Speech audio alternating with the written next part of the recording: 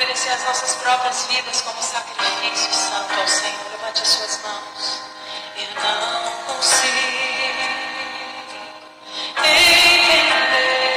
Se ofereça o que eu fiz pra merecer o rei que homem se tornou e os meus pecados suportou.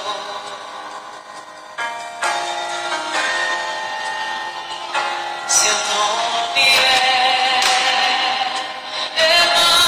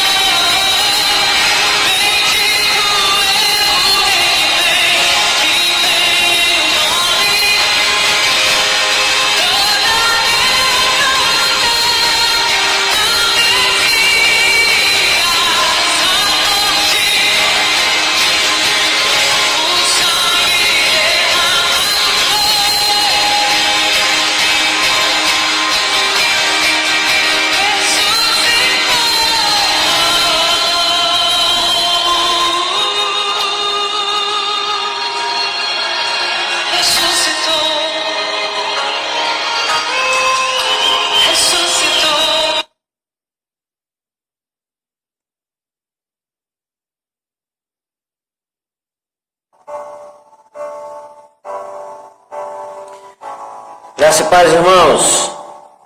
Que bom que vocês já estão aí atentos, apostos. Quero louvar a Deus pela vida de cada um dos amados. Quero aqui liberar uma palavra de bênção sobre a sua vida, sobre a sua casa, sobre a sua cidade, sobre o seu estado.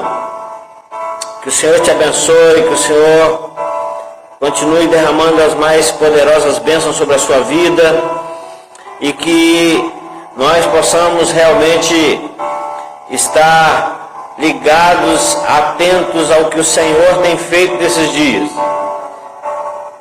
ao que o Senhor tem ministrado nesses dias. A cada dia que passa eu fico mais apaixonado por Jesus, eu fico mais com mais desejo de estar perto de Deus, porque esse é um tempo precioso. Hoje eu estava falando pela manhã ao pessoal que estava conosco na parte da manhã, falando que nós precisamos muito responder a um anseio de Deus para esse tempo, que é discernir o que está acontecendo, é procurar entender esse tempo. Essa é uma palavra que eu venho dizendo aqui repetidas vezes.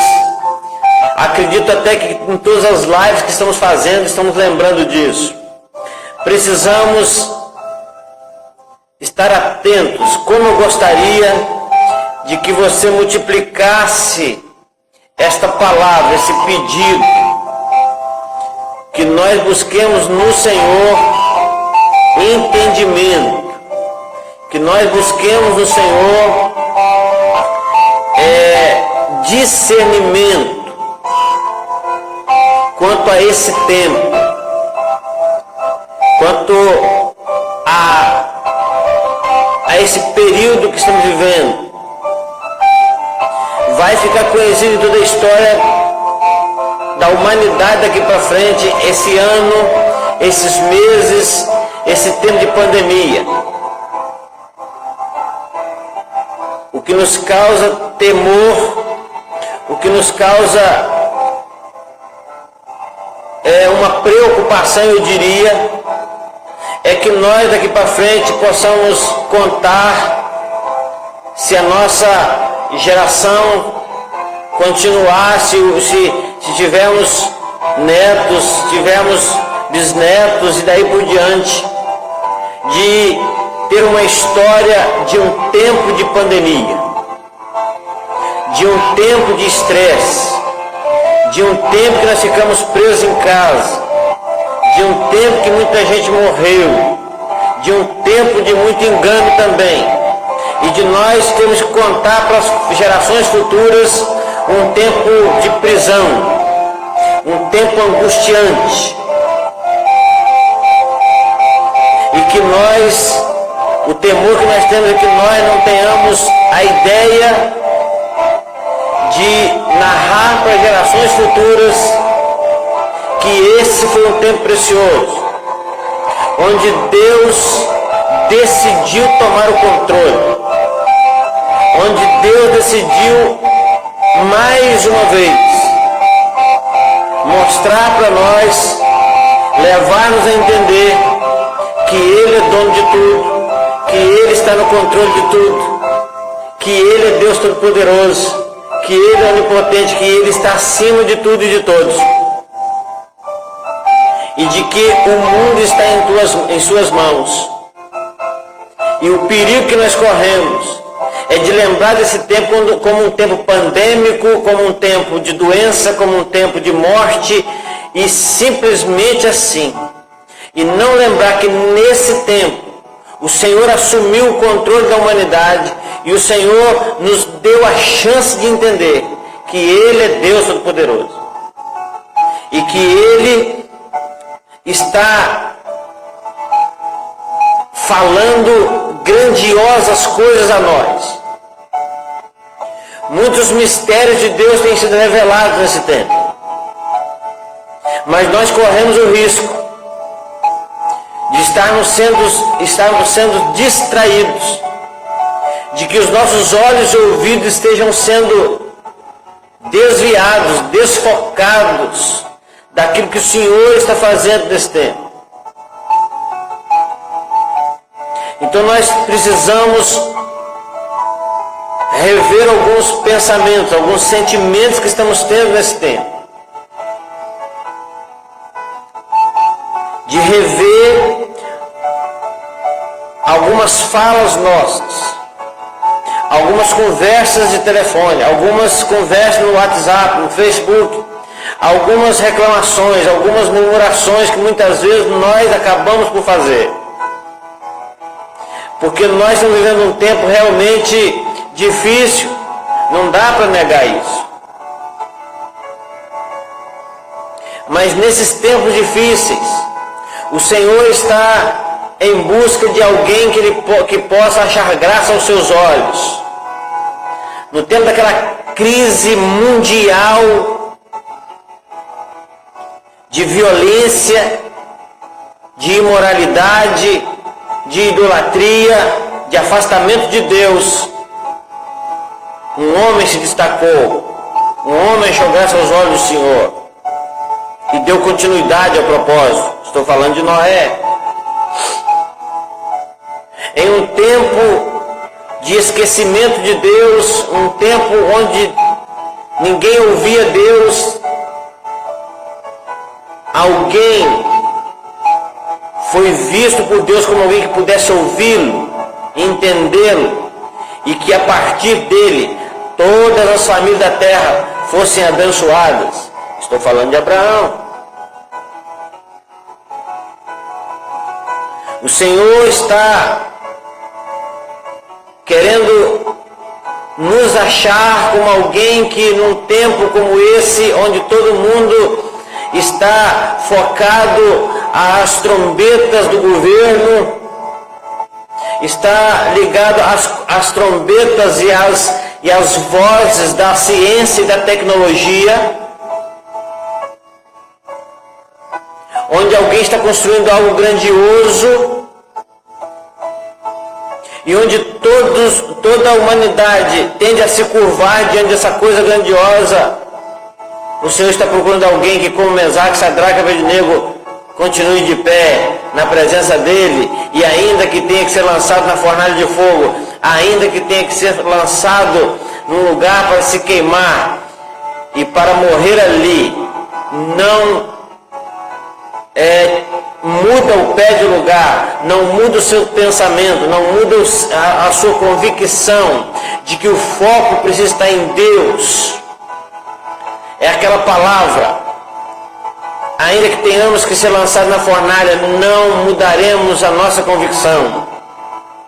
Ainda que o Senhor não nos livrar do fogo, ainda assim o adoraremos. Nós vemos Abraão numa crise terrível, de um silêncio de Deus terrível na vida dele. Ele olha para os moços, os empregados, pega Isaac e diz assim: eu e esse menino vamos ali, vamos adorar, mas nós vamos retornar. Sendo que o Senhor havia pedido para ele oferecer Isaac em holocausto. Por quê? Porque essas pessoas não mudavam o foco estava em Deus, na obediência a Ele, no ouvir a voz dEle. Mas nós corremos o risco de nos preocuparmos e de focar o nosso olhar na tecnologia, no governo, nas lideranças, no que está acontecendo no mundo, nos jornais. Tudo isso é importante olharmos, tudo isso é importante observarmos, mas nós não podemos perder o foco de que há alguém maior e que está acima de tudo isso. Nós precisamos nos alegrar no Senhor, nós precisamos buscar a presença do Pai, nós precisamos buscar servi-lo com alegria nesse tempo. Esse é um tempo onde ninguém, as igrejas consideradas grandes ou pequenas, o número de pessoas nos cultos tem que ser o mesmo.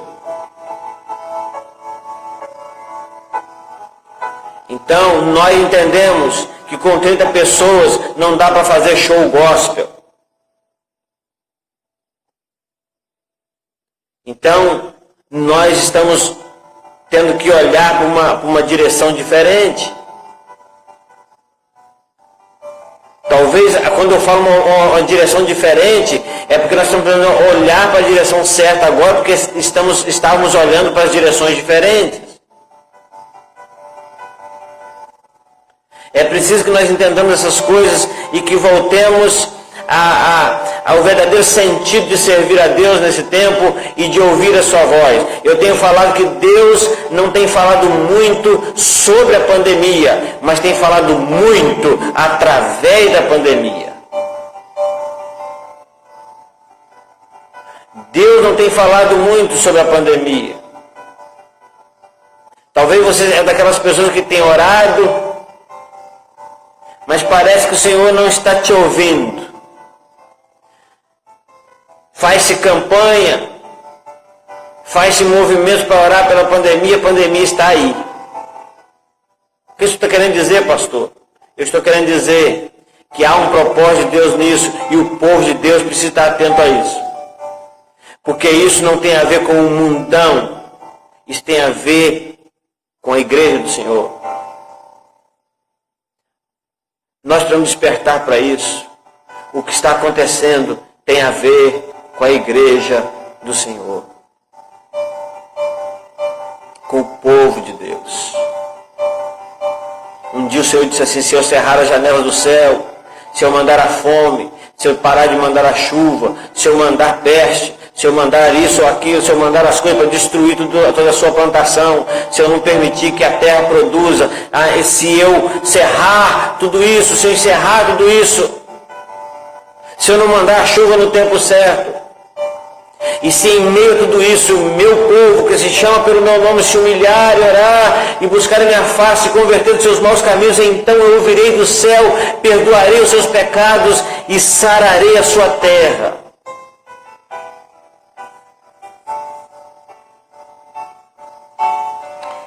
Eu quero orar com você agora. Eu quero ler um versículo da palavra do Senhor. Quero convidar você, como sempre você tem feito, compartilhe aí, abra suas salas de vídeo, comunique com alguém. Eu quero mandar um abraço a todos aqui, né? E dizer que para mim é uma alegria poder estar aqui fazendo isso. E dizer que eu tenho entendido esse momento como um momento de uma grande oportunidade de proclamarmos a palavra do Senhor a pessoas que naturalmente não teríamos como fazer isso pessoalmente. Vamos orar? Vamos orar. Grande Deus, Pai de infinita bondade e misericórdia, nós te adoramos, Pai, porque o Senhor, por causa da tua misericórdia, do teu amor e da tua justiça, o Senhor tem nos dado tempo para entender tudo o que está acontecendo. Tempo para entender que não estamos entendendo direito. Tempo para chegarmos a um denominador, para chegarmos a um momento certo, a uma atitude que o Senhor está esperando de nós. Nós te glorificamos porque o Senhor está nos dando tempo para nós sabermos como responder ao Senhor. Aquilo que o Senhor tem feito, tem falado, tem ministrado a nós nesse tempo. Deus amado, muito obrigado. Muito obrigado por cada vida que tem participado conosco. Muito obrigado porque o Senhor tem ministrado o nosso coração. A Ti rendemos a nossa gratidão, o nosso louvor, a nossa adoração. E queremos ministrar sobre as vidas que estão nos ouvindo agora cura. Essa pessoa está enferma na na sua cama ou nesse hospital e porventura está nos vendo agora.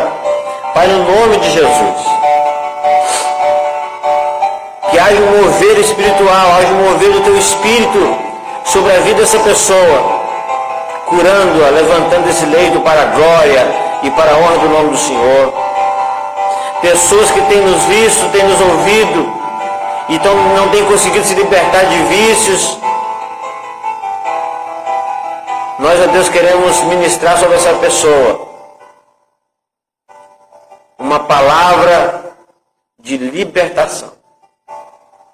Que haja libertação, que haja cura, que haja salvação. Pai, em nome de Jesus, nós te louvamos, nós te agradecemos. Em nome de Jesus. Amém. Queridos, eu gostaria de ler com você o Salmo 78. Não vamos ler, é claro, o Salmo todo. Assim que você tiver como fazer isso, leia todo esse Salmo. São 72 versos. Mas eu gostaria de ler apenas um versículo.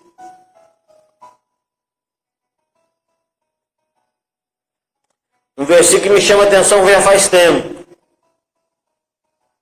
Salmo 78, verso 19, vai dizer o seguinte: e falaram contra Deus e disseram: acaso pode Deus preparar-nos uma mesa no deserto?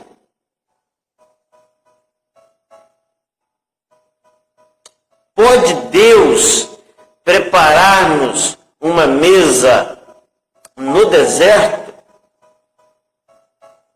Queridos, essa pergunta, ela é no mínimo absurda. Talvez pudesse dizer de uma forma um pouco mais assim, popularizada, assim, mais vulgar, diria assim, ela é uma pergunta idiota. Uma pergunta no sentido mais educado da palavra. Talvez nós dizemos que essa pergunta é uma pergunta no mínimo inusitada. Por quê? Porque ela não foi feita por ninguém mais, ninguém menos do que pelo próprio povo de Deus. E não foi por um povo de Deus como nós que conhecemos a história, por ler, por ouvir falar, mas que conheceu essa história, vivendo ela. O salmista nesse salmo, ele fala algo muito especial, ele fala de louvores ao Senhor. E ele diz assim, ele diz aqui: escutai a minha lei, povo meu, inclinai os vossos ouvidos às palavras da minha boca. Deus falando ao povo: abrirei a minha boca numa parábola e falarei enigmas da antiguidade. Esse salmista está falando da ira e da misericórdia de Deus. Ele fala de coisas que passaram, coisa que o povo viveu lá no passado. E a palavra de Deus diz que ele fala o seguinte: eu abrirei a minha boca e falarei em parábolas. E ele diz aqui: os quais fomos ouvidos e sabidos, e os nossos pais não nos têm contado. Ele está falando de uma história contada para ele dos antigos. Não os encobriremos. Agora, escute isso. Ele fala o seguinte: não encobriremos aos seus filhos, mostrando à geração futura os louvores do Senhor, assim como a sua força e as maravilhas que fez. Porque ele estabeleceu um testemunho em Jacó, em Israel, e pôs uma lei em Israel, a qual deu aos nossos pais para que a fizessem conhecer seus filhos. A ideia era: o que nós estamos fazendo aqui é para que os seus filhos, os filhos dos seus filhos conheçam e continuem a servir ao Senhor.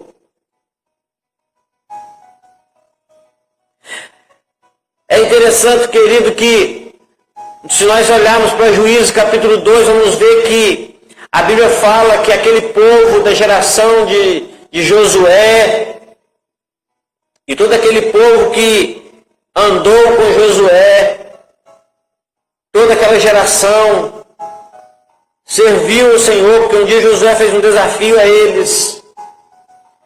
Mas aconteceu algo, porque eles serviram, mas não ensinaram. Serviram, mas não passaram para frente.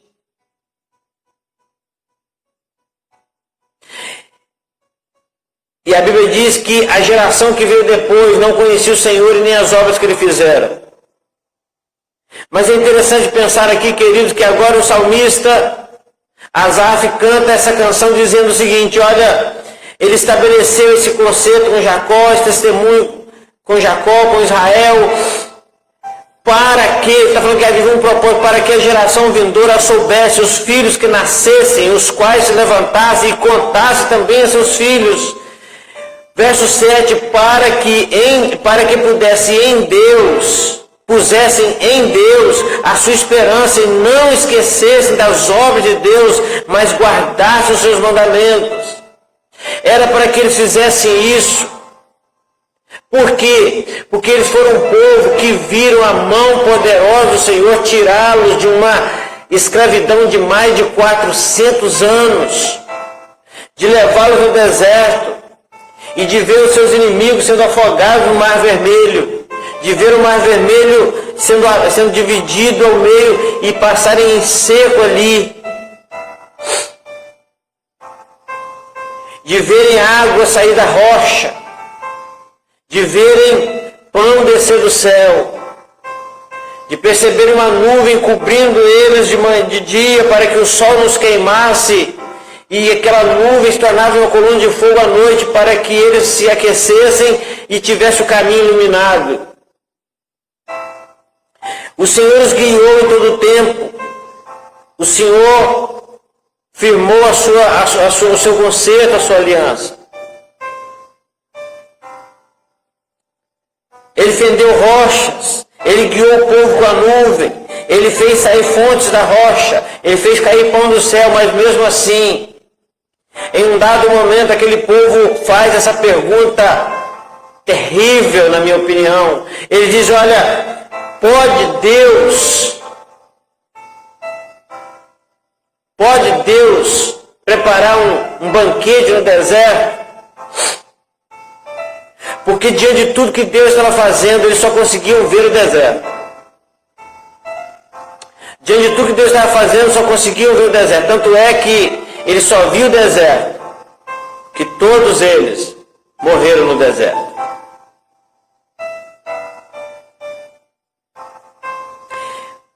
Talvez seja por isso que o Senhor nos levou a falar aqui na nossa introdução sobre o perigo que corremos de só ver a pandemia, de só ver os estragos da pandemia.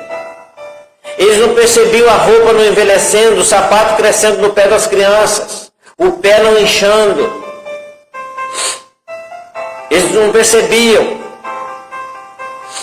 Eles não percebiam que em meio a um deserto, eles não plantavam, não colhiam, mas não passavam fome.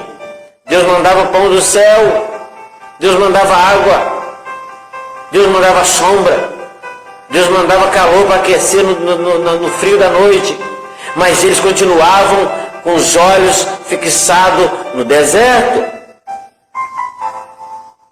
E por isso, quando eles falam de Deus preparar uma mesa no deserto,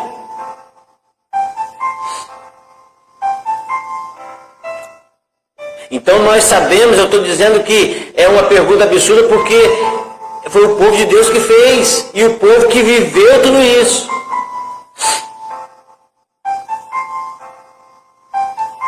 E deserto é aridez, é escassez. Deserto é isso. Deserto é morte, é miséria. Deserto é fome. Mas eles não passaram fome naquele deserto. Eles não passaram miséria naquele deserto. Eles não tiveram problemas de escassez no deserto. a não ser por desobediência. Deserto é vazio. É vazio.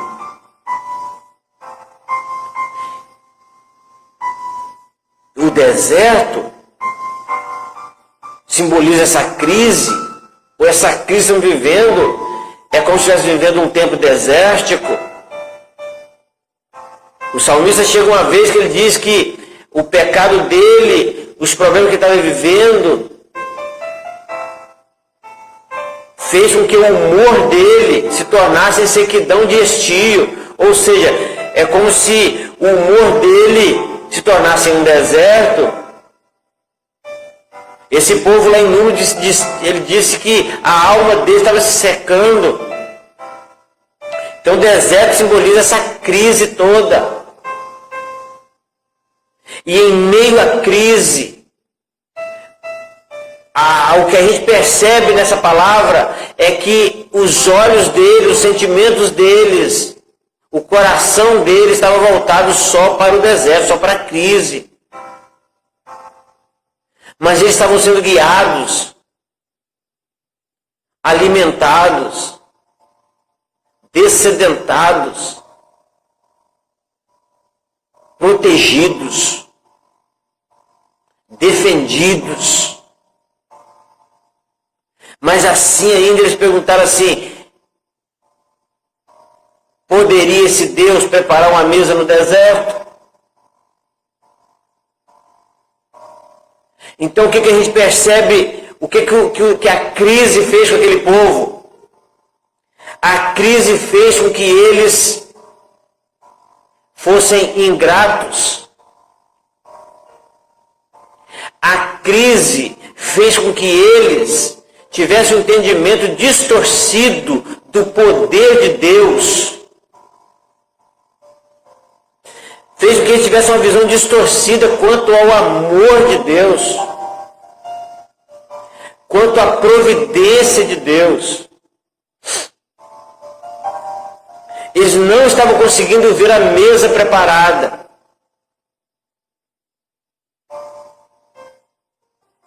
Não estavam conseguindo ver. É interessante que essas duas palavras que eles falam aqui, que eu gostaria de destacar, que é deserto e mesa. Uma mesa no deserto. E o deserto é toda essa crise, essa escassez, esse vazio.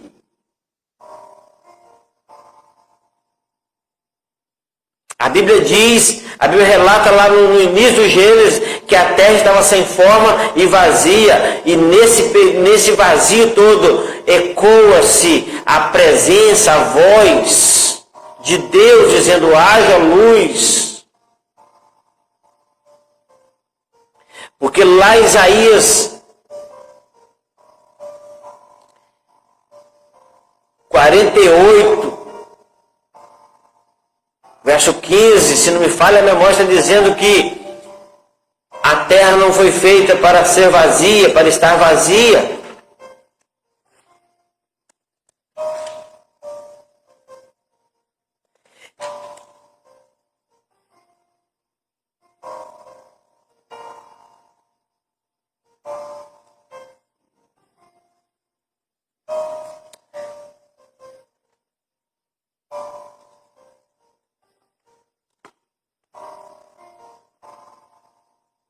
Não é 48:15, depois eu vou encontrar aqui e vou lembrar para você em outro momento.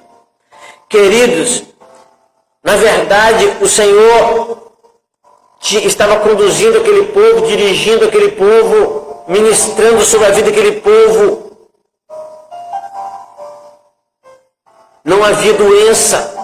O povo foi orientado a comer aquelas coisas que não faziam mal. Eles não tinham farmácia no deserto, não tinha supermercado no deserto, não tinha lojas para comprar sapato ou roupa, mas eles foram providos de tudo isso, abençoados com tudo isso, e eles ainda não conseguiam ver a mesa, só conseguiam ver o deserto, porque mesa é uma outra palavra aqui que é muito interessante, porque na minha visão, mesa tem a ver com alimento, tem a ver com provisão. A mesa tem a ver com reunião da família. Na mesa, quando nós, é por isso que a Bíblia diz que feliz é o homem que tem seus filhos à roda da sua mesa, porque é na mesa que os filhos conhecem a história da família. Porque no sofá da sala não dá para ver isso, porque tem televisão lá, tem computador lá, tem celular lá, mas na mesa da cozinha, nessa mesa de jantar, há uma reunião onde os pais podem narrar a história da sua vida, da sua família aos seus filhos, a história da sua fé, a história de Deus na vida deles. A mesa é um lugar de reunião, a mesa é um lugar de disciplina, de conselho, a mesa é um lugar onde se tem conhecimento. A mesa é um lugar de conforto. A mesa é um lugar onde se senta a família. Eles estavam com suas famílias. Eles eram um povo. Eles eram uma família de Israel. Eles estavam sendo providos das bênçãos de Deus sobre a vida deles. Não faltou alimento, não faltou roupa, não faltou calçado, não faltou direção. Não faltou tenda. Não se fala de pessoas que não tinham tendas entre eles. Mas eles não conseguiam ver e dizia, poderia esse Deus preparar-nos uma mesa no deserto? Eu quero dizer para você, querido, que a crise, ela tem esse poder terrível de nos desviar do foco. A crise tem um poder terrível de implantar em nós a murmuração, a reclamação. Quantas vezes nós já perguntamos, até quando? Quantas vezes nós perguntamos se esse vírus vai acabar um dia ou não? Quantas vezes nas entrelinhas das nossas conversas nós dizemos, poderia esse Deus preparar a cura nesse deserto? Preparar o livramento nesse deserto?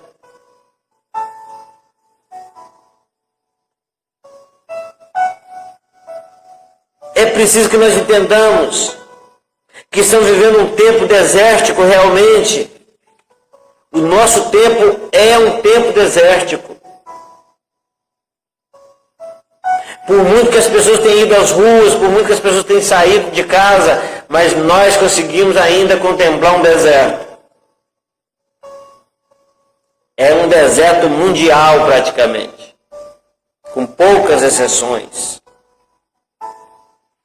E pode ser, como já disse aqui, vou repetir isso, pode ser que você já tenha orado e ter o sentimento de que não está sendo ouvido, que não está havendo resposta. Na verdade, eu acredito mesmo que não está havendo resposta, sabe por quê? Porque quem tem que dar a resposta nesse tempo é o povo de Deus, dando respostas para Deus. E não ficarmos esperando uma resposta de Deus. Eu acho que nós já temos a resposta de Deus. O que nós precisamos é responder para Deus. Mas nós estamos muito focados no deserto e não estamos conseguindo vir à mesa. Só que a mesa no deserto já foi preparada. O Senhor disse que haveria ribeiros no deserto. Ribeiros no deserto. E Jesus um dia disse assim, se alguém tem sede, venha a mim e beba. Se alguém está cansado, sobrecarregado, vinde a mim. Se alguém quer saber a forma que revoluciona a vida, ela é caminho, verdade e vida. E esse caminho, verdade e vida sou eu. Ele disse, você quer uma saída? Você está procurando em meio a todo esse deserto uma porta.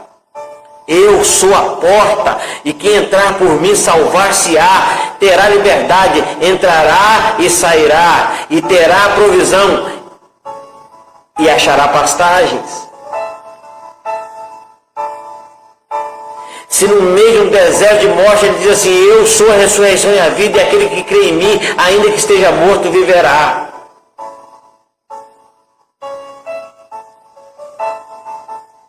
Nós estamos diante da mesa e às vezes estamos passando fome diante do banquete. Como aquele homem que a história diz que um homem, ele uma vez teve que viajar e ele conseguiu dinheiro da passagem, mas só tinha dinheiro da passagem, então ele compra a passagem do navio para ir para outro país. E ele prepara o lanche dele para a viagem, mas a viagem era longa. O lanche acabou, ele não tinha mais o que comer, e ele começou a procurar uma maneira de se alimentar, até que ele foi pelos fundos, achou lá um chefe de cozinha, alguém lá, e disse, olha, me deixa trabalhar nessa cozinha, limpar os pratos, porque eu estou morrendo de fome, eu passo, vejo todo mundo comendo nas mesas, mas eu não posso porque eu não tenho dinheiro para pagar. E ele disse assim, e o que você está fazendo nesse navio? Como é que você entrou aqui? Eu falei, eu comprei minha passagem para ir para tal lugar. E ele disse, pois é, tudo isso está incluso na sua passagem. O medo, a falta de conhecimento, levou aquele homem a passar fome diante de um banquete que ele já tinha pago por ele. Eu quero dizer para você que o meu banquete, o seu banquete já foi pago por Jesus na cruz do Calvário. A nossa mesa, diz a palavra do Senhor, que Deus mesmo prepara uma mesa perante nós, em nossa frente. Só que às vezes a mesa está preparada à nossa frente, mas nós não conseguimos ver, porque os nossos olhos estão focados no inimigo, focados na crise, focados no deserto, focados na pandemia. Parece que nós estamos orando e não está havendo resposta. Mas eu quero que você escute isso mais uma vez. Quero que você escute isso mais uma vez.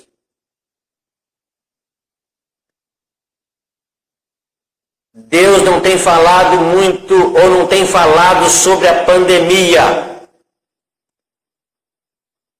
Talvez você está esperando Deus falar sobre a pandemia. E Ele está esperando que você ouça a voz dEle através da pandemia. Talvez você esteja esperando que Deus fale alguma coisa, Ele está dizendo, eu estou falando. Talvez você diga, Senhor, eu estou esperando uma resposta, o Senhor está dizendo, eu estou esperando uma resposta sua. Então, ao invés de fazer pergunta e perguntar, ou fazer uma pergunta absurda como essa que o povo fez, porventura poderá Deus preparar-nos uma mesa no deserto? Então é hora de dizer o seguinte, Senhor, a mesa está aqui e eu sei tudo isso, muito obrigado, agora o que eu devo fazer diante de tudo isso? O que seu povo precisa fazer? Querido, em nome de Jesus, nós queremos encerrar nossa palavra dizendo que estamos realmente vivendo um tempo desértico. Mas que a igreja do Senhor nesse tempo não seja como o povo de Israel naquele tempo que diz assim, poderia Deus preparar uma mesa no deserto?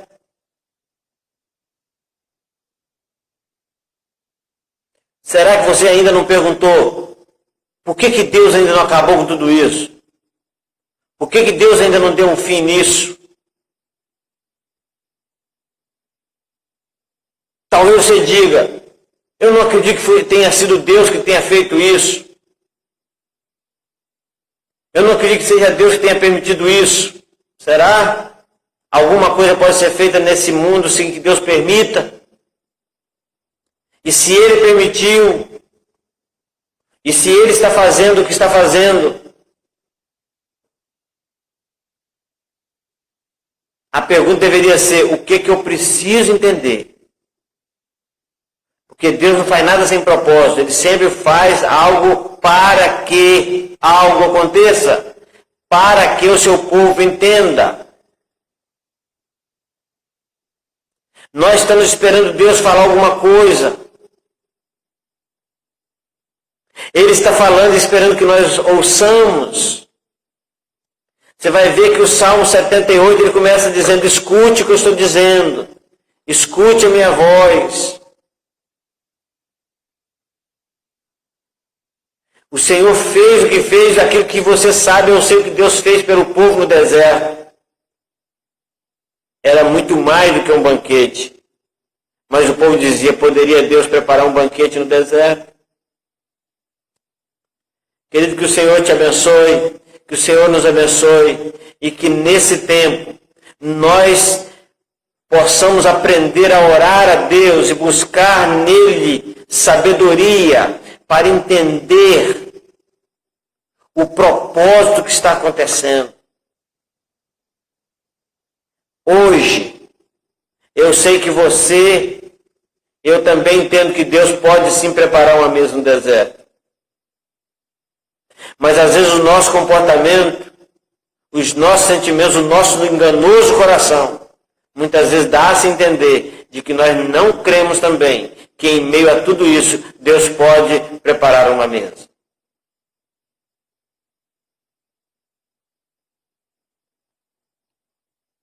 Que o Senhor realmente receba de nós a resposta que tanto espera. Tudo isso, querido, tem a ver conosco, tem a ver com o povo de Deus. O povo de Deus tem se afastado da sua presença, tem prestado cultos abomináveis, tem se comportado de forma que leva Deus à ira. O salmista chegou a dizer que Deus, o nosso Deus, é um Deus que se ira todos os dias. Quando eu li esse texto, eu pensei, também, é claro, com um filho como eu, como que um pai não vai se irar todo dia?